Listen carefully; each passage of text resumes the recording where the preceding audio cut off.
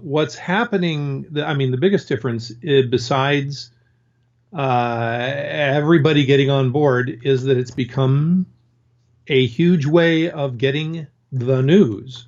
There's this guy named Donald Trump who, if you didn't know what Twitter was, you do know now. It is so. Let's go to my expertise, which is marketing.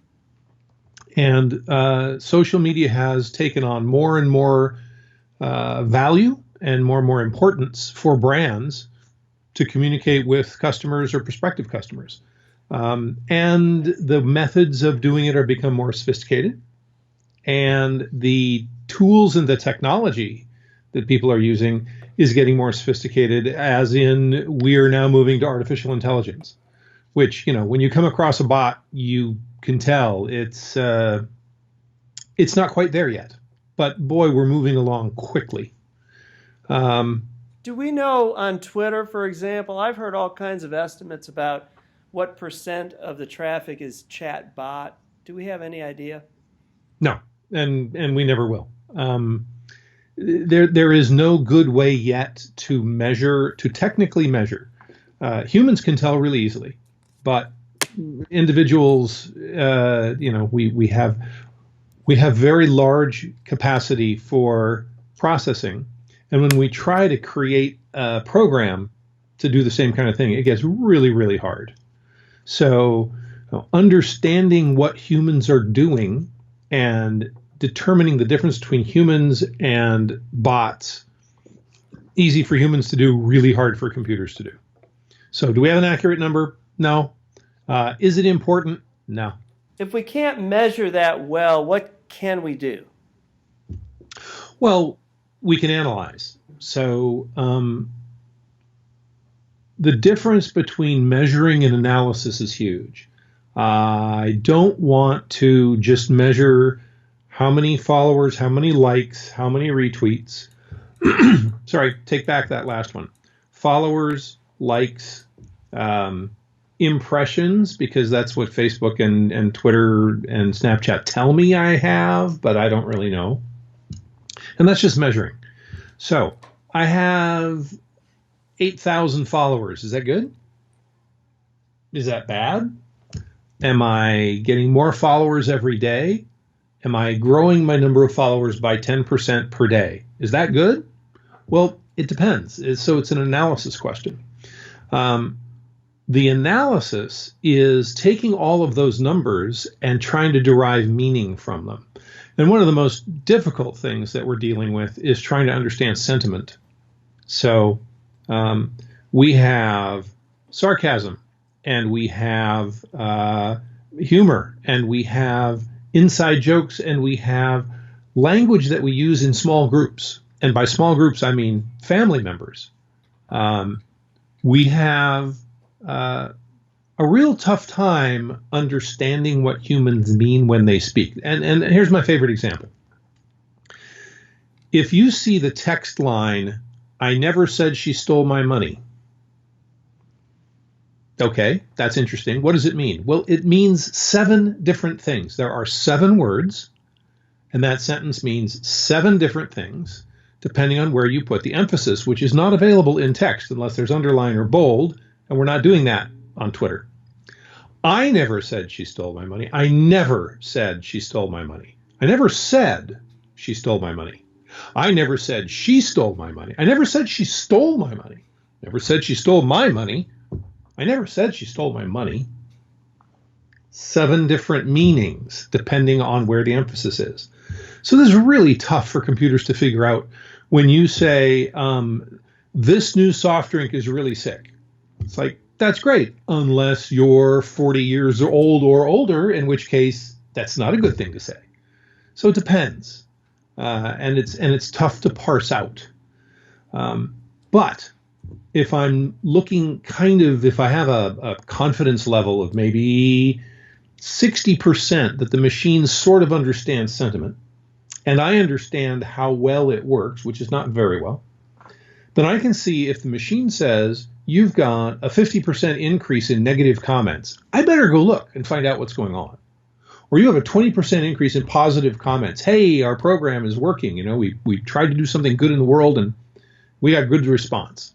So that's the measurement side. The analysis is well, why is that? Why is there a sudden spike in conversation about us? Why is this picture of one of our employees doing something embarrassing going viral? That's not something that we're going to be able to measure. It's something that we're going to have to do analysis on. And analysis can be as simple as, gee, I don't know, Susan, why do you think it happened? That's a legitimate analysis. It's a collaborative effort. And it could be as sophisticated as, let's create an AI system that will review what's happened and engage in a conversation with the marketing team to determine, well, when this happens in this way, what does it mean? Now, there was a 50% drop in mentions about our product. What does that mean? Well, it could mean that Donald Trump had a press conference, and nobody cared anymore about our product because they were all talking about him. So the analysis part is always necessary, and measurement is a piece that you use to get some raw material from what you do your analysis. We started talking about these chat bots and what we know and what we don't know, and what we know and what we don't know from data. Yep. In the work that we're looking at here, it seems like as this class has progressed over the last few years, the big movement has been toward this thing we call social media strategy. That people come into this game not just sort of shooting scattershot, doing marketing, but really, really developing a plan. How does that factor into the people you've worked with? Right in line. So my world is coming at this in two different perspectives. In the olden days, we had marketing mix modeling, where we said, here are the channels we're using. We're using television and radio and print and billboards and telemarketing and direct mail. And we're going to spend this much money in each of these areas. And then we're going to measure the results overall by quarter. And then we're going to move the money around from bucket to bucket a little bit and see if that has any impact on the results. And doing not just trial and error, but doing some statistical analysis to determine a forecast, a predictive model.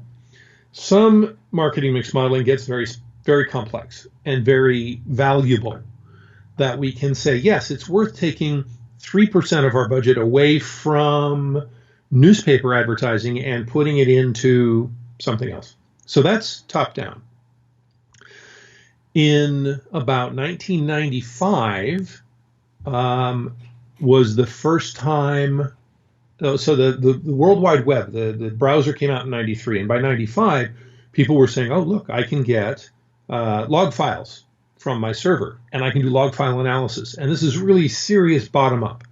I have an IP address. They clicked through and asked for a particular page. They were on that page for a certain amount of time. And I could kind of get a picture for how many people and what they were looking at. And then very quickly, we got more and more sophisticated, page tagging, JavaScript, to determine exactly what people were looking at. We implemented cookies. We've got third-party data from advertising networks. So now we've got a real good idea of people's behavior. So top down is we spent money. Did we get a response? The behavior is we put up a page and we fired off a banner ad and we sent an email, and here are the click-through rates. So these two are trying to meet in the middle, not terribly successfully. They miss each other going forward. But now you bring social media into it, which is something that none of these models have played with before.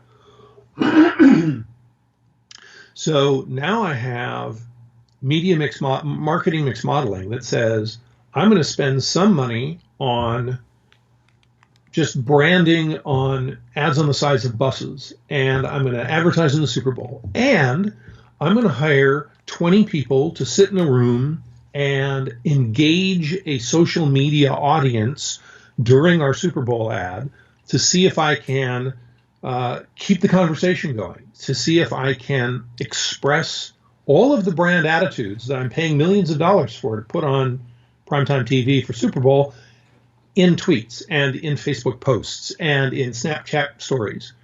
Can I engage people and then, oh, by the way, out the back end, collect all of that data about what was said? Was it positive? Was it negative? What are people talking about? Are they talking about specific features of our product? Are they talking about our social responsibility programs? Are they talking about our pricing? Are they talking about our competitors?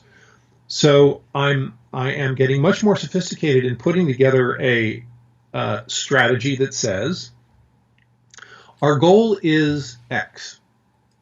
Always the most important part of metrics. Why are you doing this? Our goal is to, let's make it simple, sell more stuff. And we think that's the goal. So the hypothesis is if we become a better known brand, more people will buy our beer.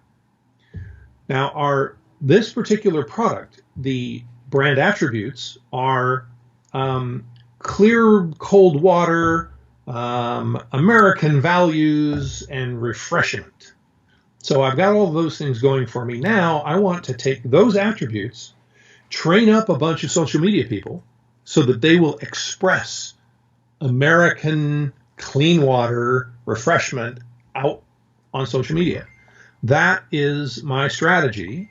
And now I need a plan for hiring, training, testing, engaging, and make all of that in place before the Super Bowl happens so I can leverage the heck out of that incredibly expensive ad that I'm running. So it's not just, let's send some interns out there to poke around and see what it looks like. It's, okay, we know that there are millions of people who are on Twitter right now.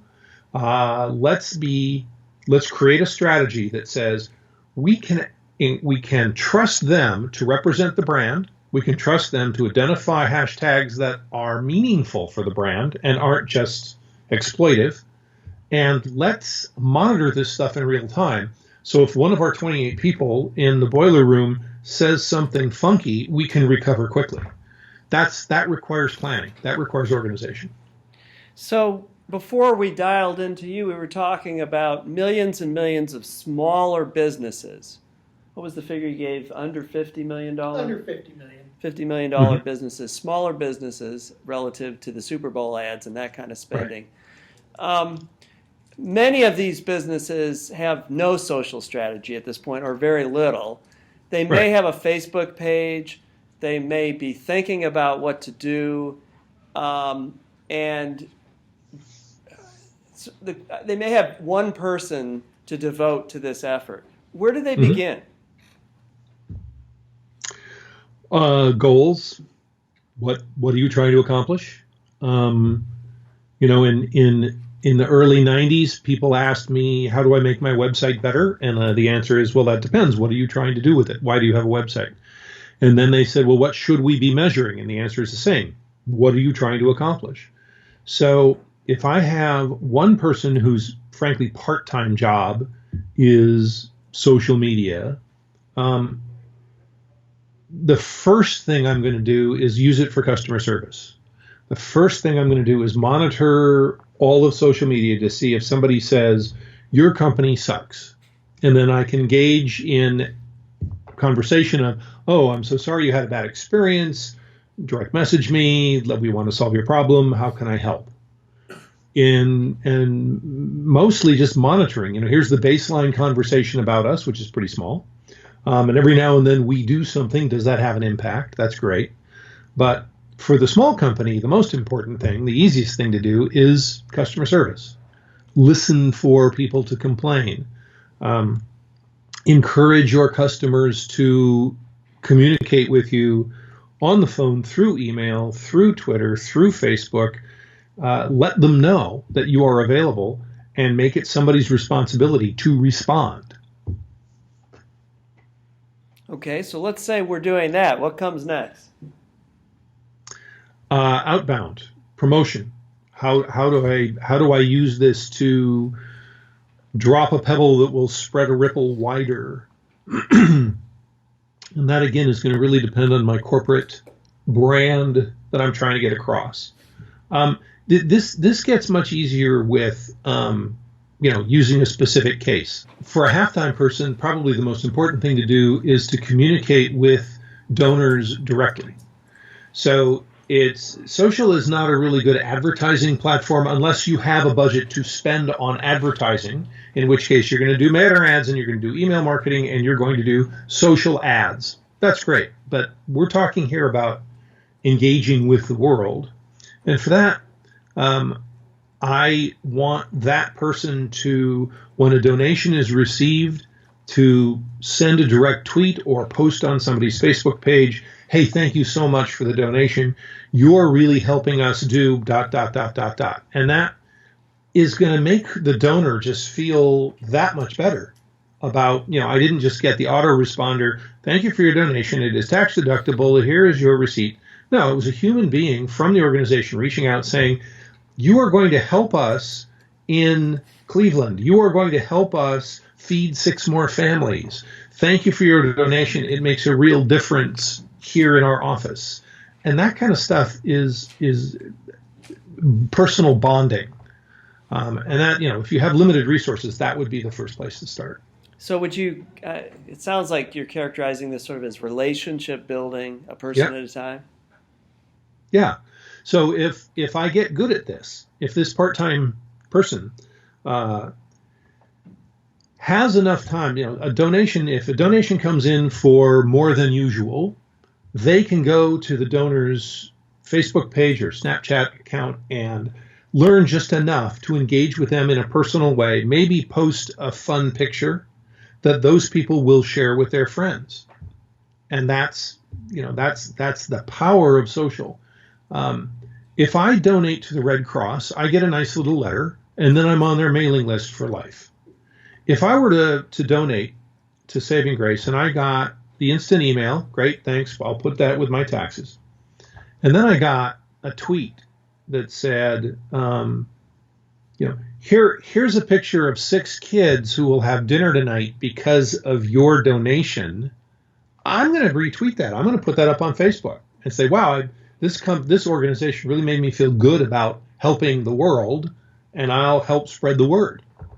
And carrying that forward is, can you as an organization encourage me to encourage my friends to participate? So, the tweet comes to me and says, every dollar that comes in is 98 cents that goes directly to benefit, and the rest pays for the lights. Can you please help us raise $5 more? Tell your friends, and we'll put you up on our leaderboard. Gamification. If I can, either through encouragement or a cute picture or through gamification, can be encouraged to tell my 8,000 followers, that'd be great. So, but I think what you're saying is that this idea of word of mouth, maybe we would call it electronic word of mouth, EWAM, could be a powerful way to, in effect, through people's social networks, raise overall awareness. So there's purchased, earned, and owned are the classic. The purchase is, I'm going to go out and buy advertising, and I can buy it on social, and I can buy ads that if somebody mentions food being thrown out, it shows them an ad of mine. I can do retargeting. If they come to our website, I can chase them around the world with ads for the rest of their lives. I can spend money. So that's purchased. Earned is what we've just been talking about. I'm going to go out and engage with people and get them to spread the word. That's earned attention. And then there's owned. And owned is something that for this case might be more valuable. And owned is the blog. It's publishing my stories. It is posting pictures of food that's going to be thrown away. It's posting pictures of happy families eating a meal that they couldn't eat otherwise. It is photographs of a team of volunteers donating 6 hours on a Saturday afternoon to accomplish a task. And those things get posted, and the people involved, of course, will repost because they're proud of their work. But it's also fodder for Google. It is an opportunity for people to more chances to show up on a search, and then I'll find it, and then I'll go, oh, look what these people are doing. This is awesome. So that's great for Facebook. It is great for posting things, for tweeting things with specific trending hashtags, pointing back to articles about stuff that the organization has done. So purchased, earned, and owned. With so many options, I can decide to populate my own website. I can decide to live on Facebook. I can create, I'm going to lean on Facebook for the recommendation of the moment. But that's just me. It depends on who your target audience is. If you are a company, you want to post things and be active on LinkedIn. If you are a nonprofit, Facebook makes sense. And then you use that as the place where you post your content. And, I'm going to rewind that. You use your website, your blog, to post your content. So it always lives there and you can always point to it. And then you go to Facebook to let people know and link back to it. And then you tweet about your Facebook post and you try to get all of that working. Now, who's your target audience? If the target audience for this particular organization is trending younger, then email and Facebook and blogs are, that's what my dad does. So we're going to have to, maybe it's on WhatsApp, maybe it's Snapchat. Maybe it's the one I haven't heard of yet because I have some of it that I have left is gray. So it depends. So what are you trying to accomplish? Who is your target audience? Where do they hang out? And that's how you reach them. So the goal is first, the audience is second, and then the means, the channel is third, and finally the message. I was wondering if certain content carries more weight than other. For example, posting a picture compared to a video, and how often do you spread that information out to not seem so overwhelming to your consumer or your audience base that you're trying to target? Yeah, so that's what metrics are for. Excellent question. Video is always more attention-getting than pictures. Pictures are always more attention-getting than an article, and I can. Now that I can put as big a picture as I want to in Twitter, it's great. I can make a full 140 character comment and then also put a picture there. That's terrific. I definitely want to go video if I can. And even if I only have 3 still pictures, create a GIF out of them so that we've got a video. If I'm trying to learn something about an organization or I want to see what their latest special project is, I can read a paragraph and it'll take me a half a minute. Or I can watch a 1-minute video. And I am much more inclined to click on the video because I'm lazy. And it's easy to watch a video and it's hard to read. If the video is 30 minutes, there's no way I'm watching. I don't have 30 minutes. But if it's 1 minute, I might watch another one and another one and another one and end up watching 15 minutes worth of videos. So extremely valuable. Video is definitely the most valuable. How often do you promote it? That depends. Who's the audience? Where do they live? What is their tolerance? If you post too often, they will stop paying attention. You'll stop getting a response. Now, what we used to do in the good old days was send out an email blast and see how many unsubscribes we have. Well, nobody unsubscribes anymore. They just filter it into trash and then they never see it again. Twitter. How many people unfollow you? 0. Nobody unfollows. They just stop paying attention. So all I care about is, am I growing and am I getting response from those people who are following me? So if I post a video at 8 in the morning and noon and 4:30 in the afternoon, and I measure the responses to all of those, and then the next day I got a new video and I post it 10 times, do I get 10 times the response or do I get half the response and everybody looks away? That is completely dependent on the brand, the message, the audience. And so the metrics become wildly valuable to determine. There's this great story, email marketing for the Obama campaign. they got to the end, the last 2 days, and they said, look, every time we send an email, we get donations. So how many can we send out? And they sent out, they had been sending out 2 a day. Well, let's send out 3. Third one went out, a lot of donations. Let's do a fourth one. Fourth one went out, lots of donations. Fifth one went out. Oh, wait, there's a problem. And they looked it over and said, yeah, no, the donations are definitely dropped. We're annoying people. This is bad. Let's stop doing it. 15 minutes later, the woman responsible for collecting the data saw that she had made an error in Excel by a decimal point. And in fact, they had double the amount of donations that they thought they did. So she immediately blasted everybody, no, send out another email. So they sent out a 6th one on the same day and collected $250,000 on that last email alone. So watching the numbers becomes very valuable. A lot of the reading that we've been doing is talking about including the customer and your social media strategy. Yeah. And I know a lot of like traditional marketing campaigns don't do that very well. So I'm wondering if there's a way that you can teach your customer to kind of have the same tone as your business or your company, and if so, how do you do that, and how do you monitor that information? Because I know like customer interaction is like the main way to get follows and likes and retweets and all that good stuff. But I just want to know if there's a way that you can push your tone towards your customers to make them use the same tone as your organization. Yeah, that's what public relations people try to do. Okay. That is their job.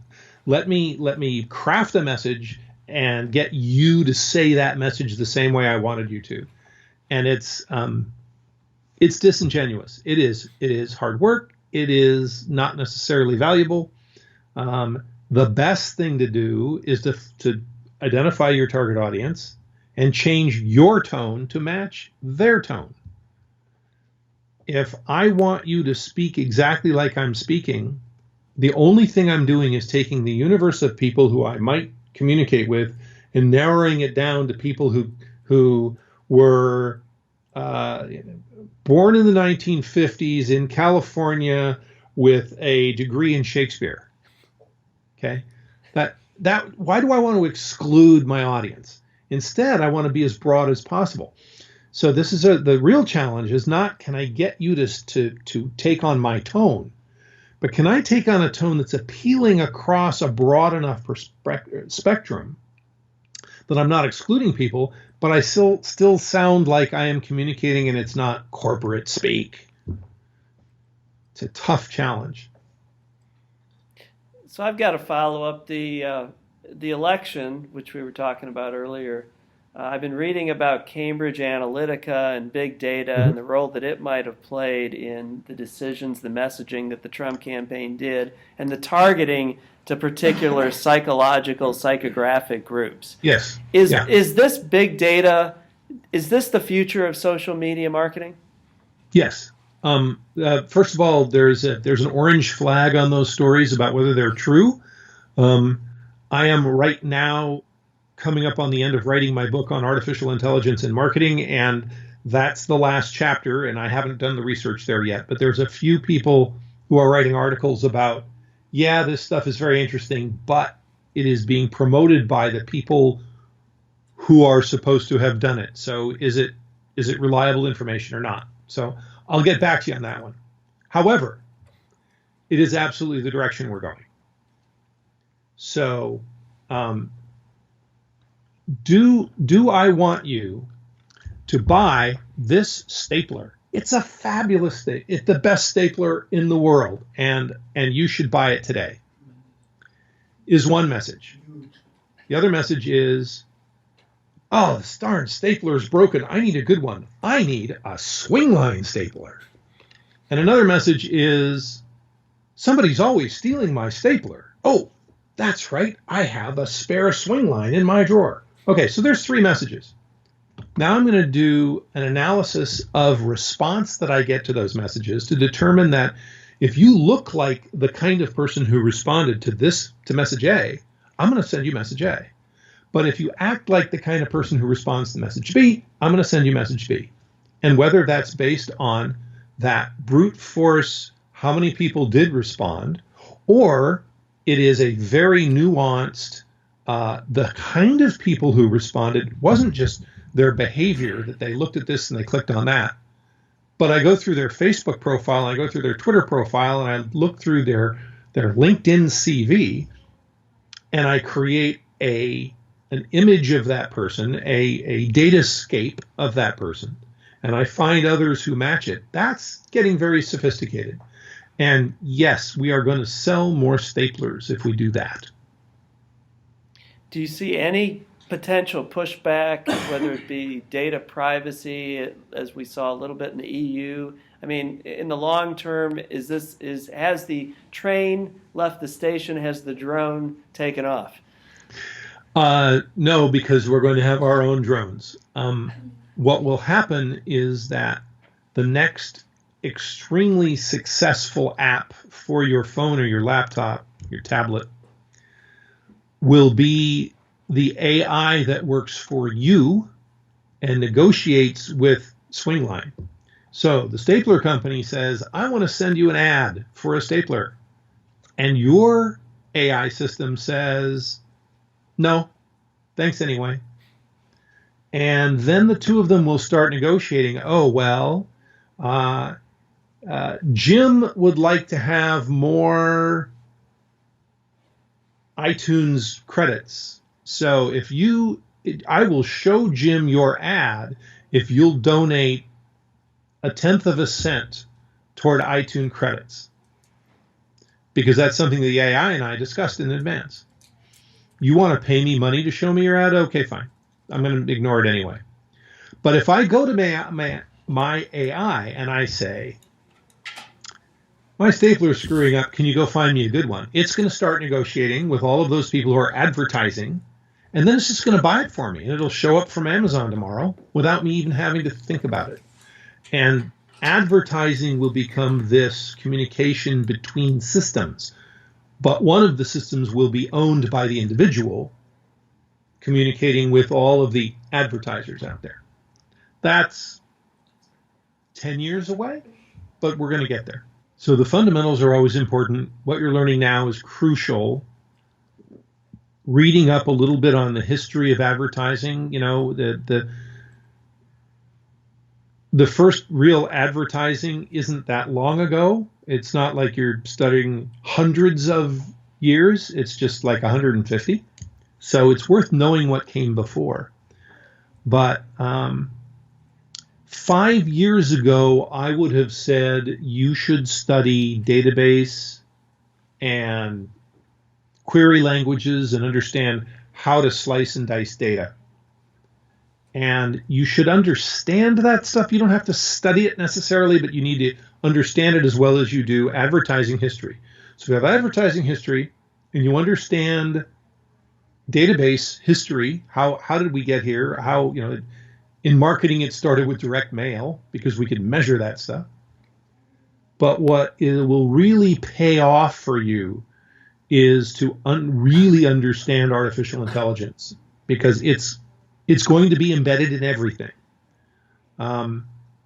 Your parents were taught that they have to understand computers. My parents were taught they have to understand automobiles. And when my dad tried to explain how a car works to me, I was fascinated. I was 10 years old, and I was fascinated because someday I'd be able to drive one. But when he got to explaining how the transmission differential works, I just lost interest. And he said, this is important. And Dad, no. This pedal is go, this pedal is stop, and this is how you turn it. What happens inside, I don't need to know. You do have to know because you might have to fix it. No, nobody fixes their own cars anymore, Dad. Okay? Nobody programs their own computers anymore. But you will be responsible for training your own bot, your own assistant. And when you walk into a job interview 10 years from now, it's not just how much do you know and where did you get your degree? And it's not what technology do you know how to use. It's what have you trained your technology to do for you? Well, it's not, oh, I know how to write a press release. It's, oh, well, I've got a press release bot that I have trained on how to do press releases for local, small, nonprofit, food-based organizations. And here's some examples of the work that I have taught it to produce. And that becomes your CV. All of this instant response stuff will circle back to branding. Branding is, what do you stand for? Actually, my best definition, consultant by the name of Kristen Zhivago, probably 30 years ago said, your brand is the promises that you keep. So it used to be my logo, my slogan, and my jingle was my brand. I told you what I stood for, and you went, oh, okay. Not true anymore. What's true now is, what do I actually do in the world? How do I actually respond to people? If somebody complains in public, how good am I at engaging? And if I say we have the lowest prices, do we really? If I say we have the highest quality, do we really? If I say we provide the best customer service, do I really? And it will be customer reviews and mouth to mouth that will determine my brand. So if Volkswagen says we're, the Volkswagen Beetle, the least expensive car in the market, not true anymore. So their brand is different now. Volvo, the safest car on the road. Well, now we have Consumer Reports to watch that and determine. But with the ability of us to talk to each other about brands, how did you like that movie? How did you like that restaurant? How do you like your car? Becomes the most important thing again. And those opinions, as expressed online, are going to be one of the things that you teach your bot to look at when you say, oh, we need to buy a dishwasher. What's the least expensive, most reliable dishwasher? And your AI will say, well, which of the following things is the most important? How quickly you can get it installed, how quiet it is when it runs, whether or not it sanitizes your plates. And you'll have little sliders and you go, well, I live in a small place and so quiet is really important. And do you need the dishes done really quickly? Can you tell I just bought a dishwasher? Do you need the dishes done really quickly? No, that's not so important. It can go a couple hours. Okay, well, you do all those sliders and the bot goes, okay, fine. Well, here are the 3 to choose from, and here are the ones with the highest rating. And if you click yes, it'll be installed next Thursday when you say you're going to be home anyway, because I just looked at your calendar. When you find something you're really interested in, and okay, I lied, 2 pieces of advice. Narrow your focus. The narrower you can go, the more niche you go, the more you can become a specialist and go deep. So that when somebody says, I need to find somebody who's really good about creating a social media strategy for a nonprofit, food-oriented organization, it's like, oh man, that's me. I show up at the top of Google for that. So specialize is part 1.